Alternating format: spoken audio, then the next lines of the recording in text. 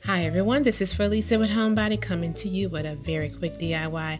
So I have these flowers, these shiny glittery flowers that I ordered from Amazon. I'll place the link below, as well as this vase that came from Home Goods. It was $12.99. So I'm showing you the flowers here.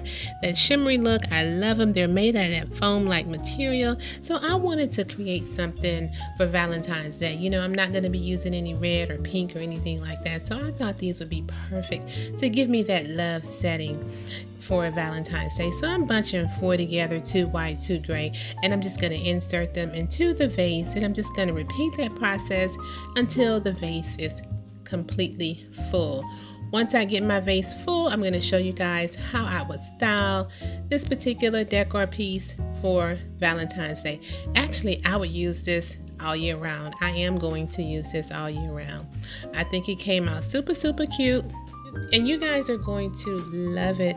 Look how cute this turned out, you guys. So now I'm just going to show you how I would style my Tupperware jar DIY.